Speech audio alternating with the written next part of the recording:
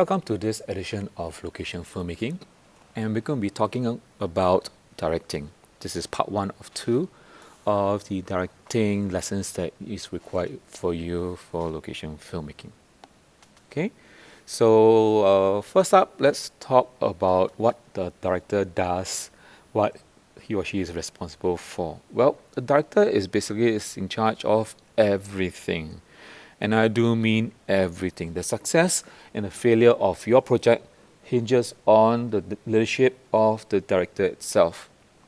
Because the director is a craftsperson, an artist, that person must understand all aspects of filmmaking in order to lead the team, must be creative, and also sometimes must be a psychologist to pacify people who may not be able to do the job or are saddened and stressed by the project. You must be able to calm everyone down.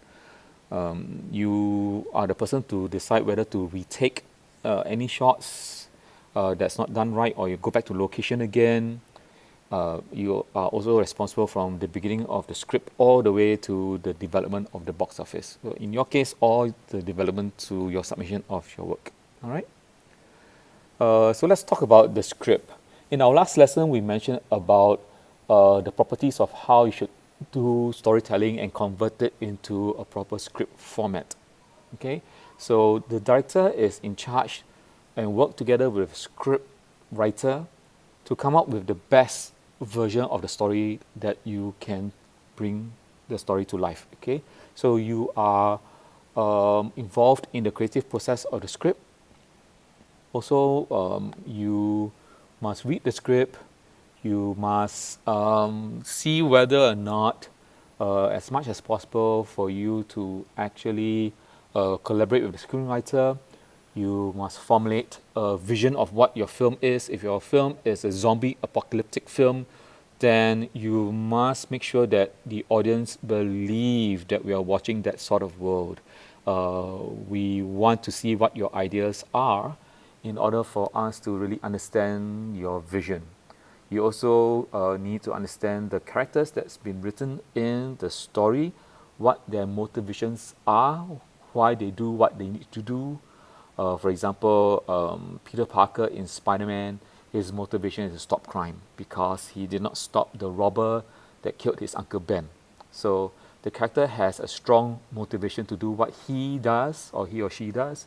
So for your story, what is the motivation of your character? Why is that person doing it? So the director must be very clear. Then when you're clear, then you can direct the actors. The visuals for the film. Any visuals for the film, whether it's a film about 1960s or a futuristic film like in Star Wars, everything that you think and you imagine in your head, you must be able to communicate, and I do stress the word communicate, to your team members so that they can actually make it for you, because no one can see the vision in your head, where you want your shots to be. So you got to plan with your team your shot list, how you're going to shoot it. You must draw your storyboard, how you're going to draw it, shot from what shot to this shot, how it's going to do the transitions from that transition to this shot. You need to do your camera plan, your blocking plan, how your camera is going to go from left to right, where it's going to go in and out. You must craft a shooting script. If not, you don't know where and when you're going to have your camera, what frame, how you're going to shoot it. A lot of stuff that you want to visualize in your film, you need to communicate it out. If not, your whole team is just going to be running around like headless chickens. Okay?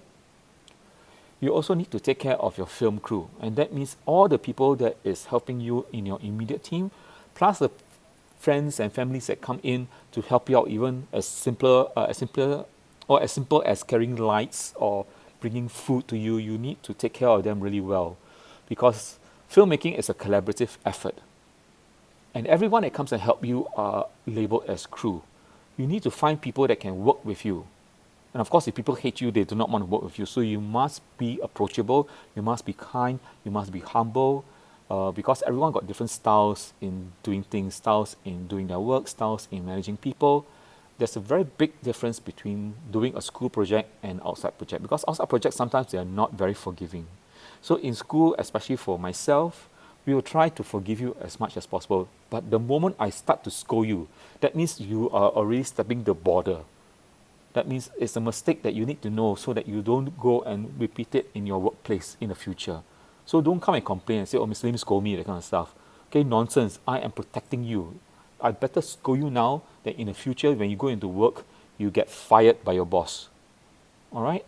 Because if you do not know how to manage things, you cannot do the film, because the director is a manager, right? Is the manager of the whole film project. Okay?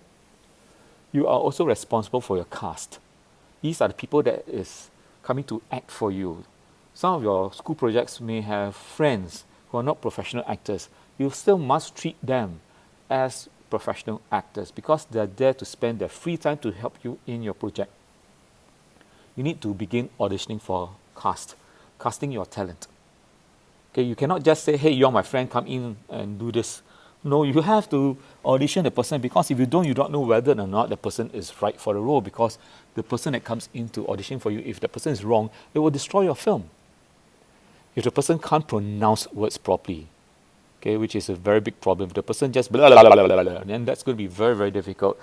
And imagine you having an English film and you're putting English subtitles on an English film because your actor cannot pronounce his or her words well. It's really embarrassing. And I cannot stress the importance of script reading. When your script is locked, get your actors to constantly read the script until they memorize every single word and they do not need a paper in front of them, so that you can start rehearsing. Rehearsing with your actors is not rehearsing that they memorize the word. They should already know the words, because rehearsing is to memorize your movement and the acting and the feelings and the motivation. Because once that's done, then your camera department can start to have technical rehearsals, whereby the lights can come in, the cameras can come in, when they move in, when they turn on this light, because they also need to know by the time the actors walk here, this light is going to be turned on. So that's a technical rehearsal. Once everything is done correctly, then you can shoot. Okay, because it's important for you to really, really plan really, very well. You must also understand the concept of framing. You may not be a cinematographer, you may be the director of the film, but if you don't understand what the frame is, you and your director of photography cannot communicate, because every shot must be motivated by your actor. If your actor is walking from the room to the table with the glass, you must know why. If he's thirsty, so don't show the water walking in and he looks hydrated. Show him walking in the room, gasping for breath, his lips are dry, and he sees the water and he's going for it. So that's the responsibility of the director. Then once the director knows that's the shot you want, then you can communicate with the DOP, say, I want a close-up of him coming in, I want a reaction shot of him when he's drinking, so on and so forth. I want to cut away if someone is coming in.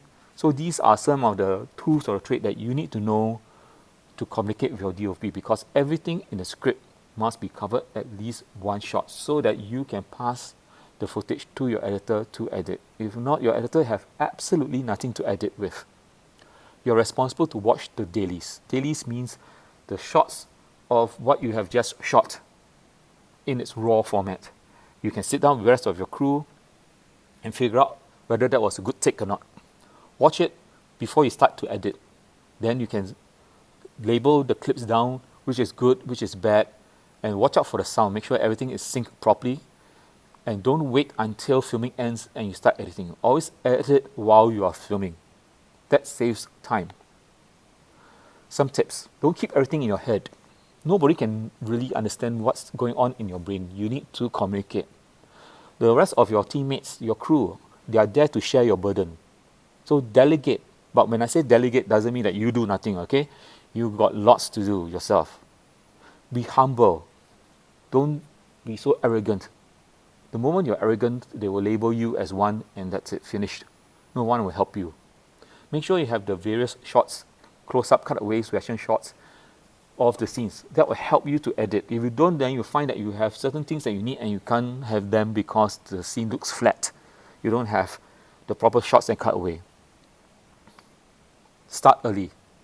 If you dilly-dally and you waste your time and you don't start early, you are going to rush. And when you have rush work, that's going to be not a very good experience for everyone, because everyone's going to be very, very stressed.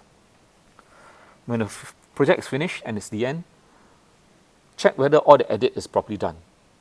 Check whether your project and all the requirements are submitted. And if your film is good enough to submit for screening, especially maybe in our screening night, find out when's the date. Maybe after that, you might want to have consult with your lecturer, and so they can clean up your edit before the final screening. And if your film is good enough to submit for a film festival, find out which film festival that you qualify to submit. Okay, because you do not want your film that you spend so much time to do and it just inside your hard drive. All right, that's very, very sad. Finally, don't be afraid to act. Some professional directors, they are actors before, or they actually go and take acting lessons, because when they are in front of the screen, the directors give them communications, how to act. Then they roughly know the feeling of the actors. So when they themselves become directors and they go behind the screen, they will know how to be better communicators to the actors. So for your film projects in class, when I ask you to act, you go and act. Okay, you must embrace that experience. And if you say I'm shy, no such thing. There's no such thing as shyness in location filmmaking. Everyone must act. Everyone must touch the camera. Everyone must edit. Everyone must hold sound. Everyone must do producing, somewhat and somewhat. Okay? So you must have a chance to do everything now. So don't waste time. Take all the responsibilities now, including directing. So read Digital Filmmaking Edition 7, Chapter 9 on Directing, page 158 to 177, so that you roughly know what the roles of the directors are.